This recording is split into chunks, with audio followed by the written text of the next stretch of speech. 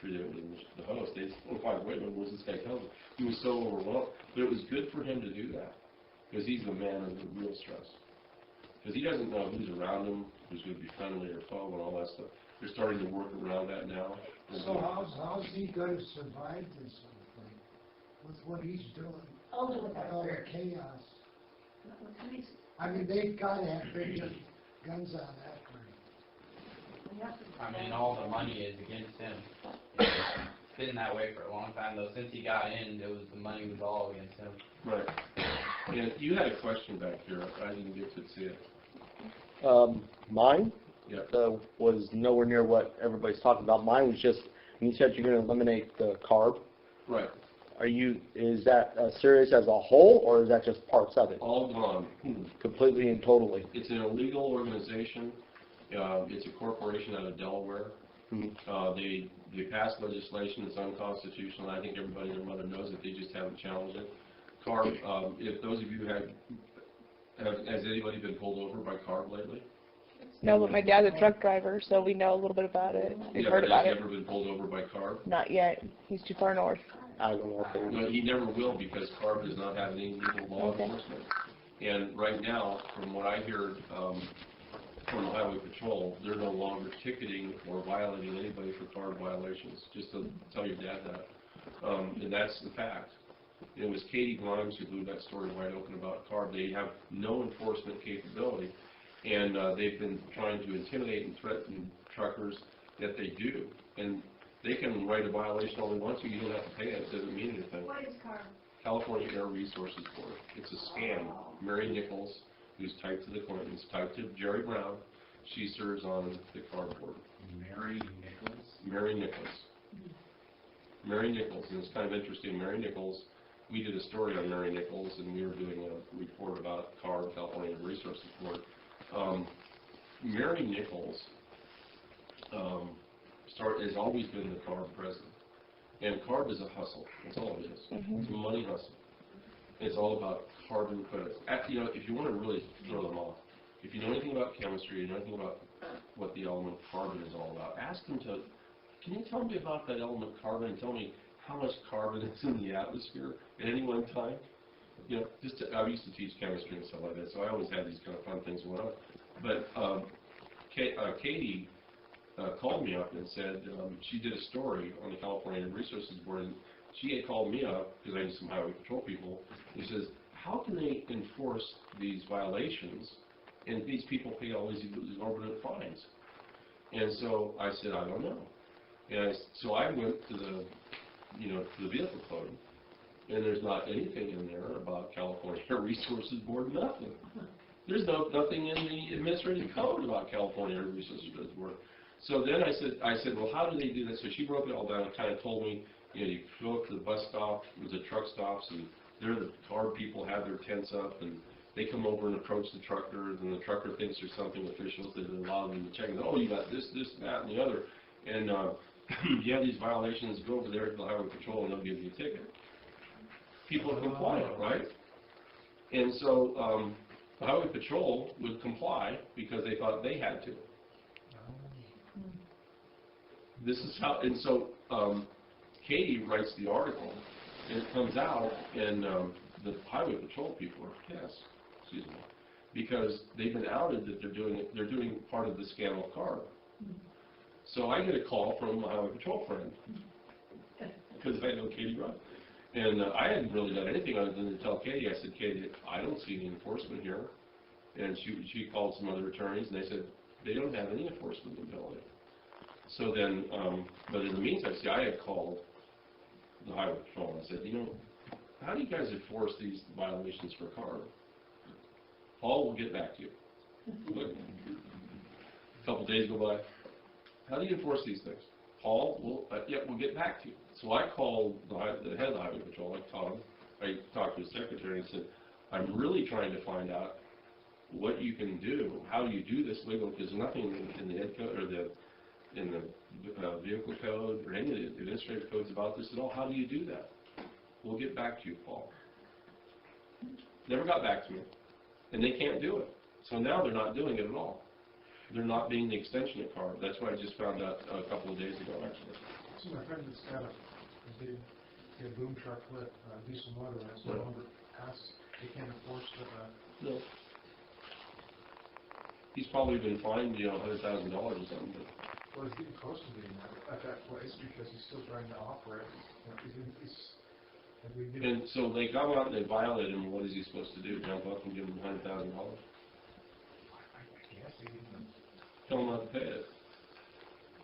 And see what they do. They'll walk out and give him another piece of paper for another $100,000 jail, but there's no enforcement now. It's a scam. Is there something you read about what you're talking about college? Yeah. Yeah, you can go to Katie Grimes, or there's a whole bunch of people that know this. Ask the Highway Patrol. Have them call the Highway Patrol about cars. They get back to you. Yeah. If he wants to know where, just go to California Airborne and look up truck and bus law. That's the one they're talking about. That's the one where they're making 18-wheel trucks, big trucks, that don't meet a certain year. They're having to take their engines out Yeah, and replace them with an $18,000 engine. yeah, either that or gas engine or something. So he's Yeah, talking about and the DMV, I was just trying to find it on my phone. I couldn't find it offhand, but I read it just recently that the DMV is putting that on the bottom of the CARB Air Board website said that the DMV will not issue registrations to anybody who does not meet those regulations. Okay. I then called the DMV to some lackey guy right below whoever the top person is. I don't remember their name offhand, an Asian name or something similar to that, Moto or something. And they said that they would not comment to me because they couldn't say for sure that they were going to follow that or not. And I thought, well, what the hell's going on? You're either going to support it or you're not supporting it. According to the website, you're telling me that the DMV will not issue me a registration. And if the DMV is not giving you a registration and you're driving your truck around, then you get stopped and fined for not having a registration on your pickup or your big truck. Right. So it's one big old rolling pile of crap. Yeah, and they're intimidating people to pay. It's a Sorry. It's a scam. Truck and bus The regulation. thing they're doing is, all these guys that have classic cars, Oh yeah, that's they the used to one. pay like $10 a year or That's whatever. hundreds now. Now they're charging, like they would charge you for a brand new automobile, every car you have. Yeah, I got a notification on a car that we had, my ex-wife and I had. It's been sitting, it's a 67 Camaro, it's all in parts, it's been sitting there for years, and they wanted $1,000. Yep, Been sitting there for 20 years, yep. they wanted $1,000. We said, no, we just pay it. Yeah, nobody's come out to throw it away or anything. I know, when the resident, I'm not paying that. They're desperate for money, and that comes up to what we're talking about here. They're going to take away, of course, Jerry Brown right now is trying to take away retirement. 35% for STRS and PERS he's going to take from STRS and PERS, that's the plan. You see, as totalitarian, socialist, communist organizations start to collapse, there's a lot of entropy that goes on. They start to suck in money from other sources as much as they possibly can. So your bank systems, if your savings and loans associated with your banks or your state, they'll start, like Cyprus, same thing. There's some places I know now where they're not allowing people to take out, a person that is part of our group out of Yuba County, she's got a credit union that's part of the state, and they wouldn't let her take out $1,500. She can only take out $5. That's starting to happen. Yes, ma'am. With the new California, the people that work for the counties and the government entities, what happens to their jobs? Is it just roller? Because we all pay into the California's taxes, and that's where they get their money. When we separate, what happens to those tax dollars? Does it go to California or the new California? No, there's going to be agreements that have to be worked out to solve all those problems. Okay. It usually takes about 18 months to do that. Mm-hmm. I've been a part of 3 school district new school districts, and break it just like this. A new school district coming from an old school district breaking it. It's exactly the same thing. You have the protocols are almost identical, except you're on a much grander scale. But it's usually about 18 months to settle out a lot of that stuff. Usually what happens in the school situation is that property just sets where it is. It becomes part of the land, in other words. And there's no stealing or theft of, they're gonna take all the new trucks and all that stuff. It stays where it's at when, on the day in which it's announced that we're gonna be a state. And jobs stay too. That's what I Contracts asked. stay. Okay. And New California will have to fulfill those contracts up for a certain period of time. And then there's a notice that goes out that says, we're not gonna honor it anymore. It's usually about 18 months of contract. It's usually that time frame, unless there's some negotiations that go on. Contracts like for water all have to be in place. Those will be renegotiated, because a lot of that stuff goes for 50-year contracts. And so there's no fear of that sort of thing. Now here's the positive thing about water, is that we will be able to build our own dams and infrastructure and have all the water we need. Right. Sell the water to them. I hate it when that happens. By the way, the big gig that's going on up here, and this is the bombshell, is water brokering. Have you ever heard of that before? There's people that broker water, right? They buy and sell water for municipalities. And one of the big things is to take all of our water right now and then pass it down. This is why Jerry Brown wants these, the canals, and so not the canals, but the tunnels, so that more water can go down there and they can bank it away. Yeah. And they can bank it in the Mojave Desert, in the aquifers of the Mojave Desert. And then charge whatever they want to charge to people in Southern California to use water. Now, it just so happens, I hate it when this happens. You got to love a plant. It just so happens that the major area where they're planning to build these aquifers, by the way, this is to show you that this plan is not working out too well for them. But a lot of these aquifers that they've been testing are collapsing. I hate it when that happens.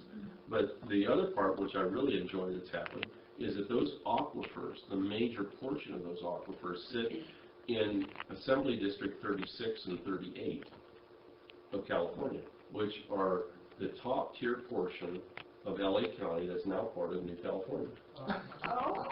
Don't you hate it when a plan comes together?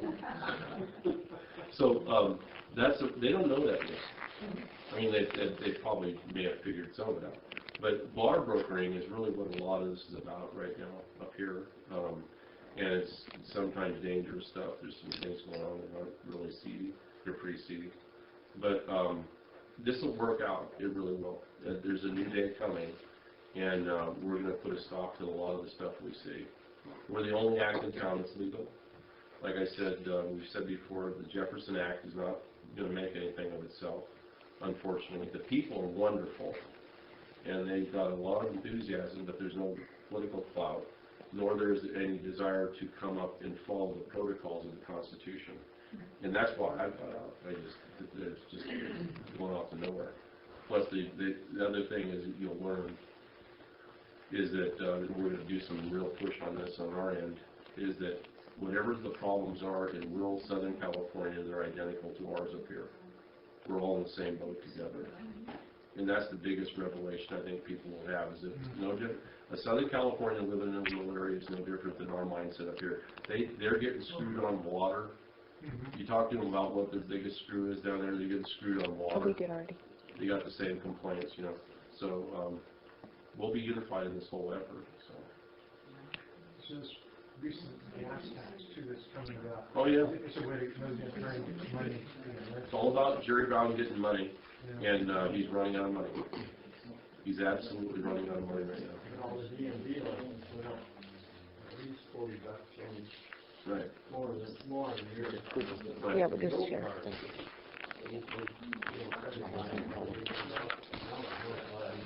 Sure. Yeah, it's going to go up more. The older they get, it's going to go up more. Anyway, so thank you very much. I guess we're done.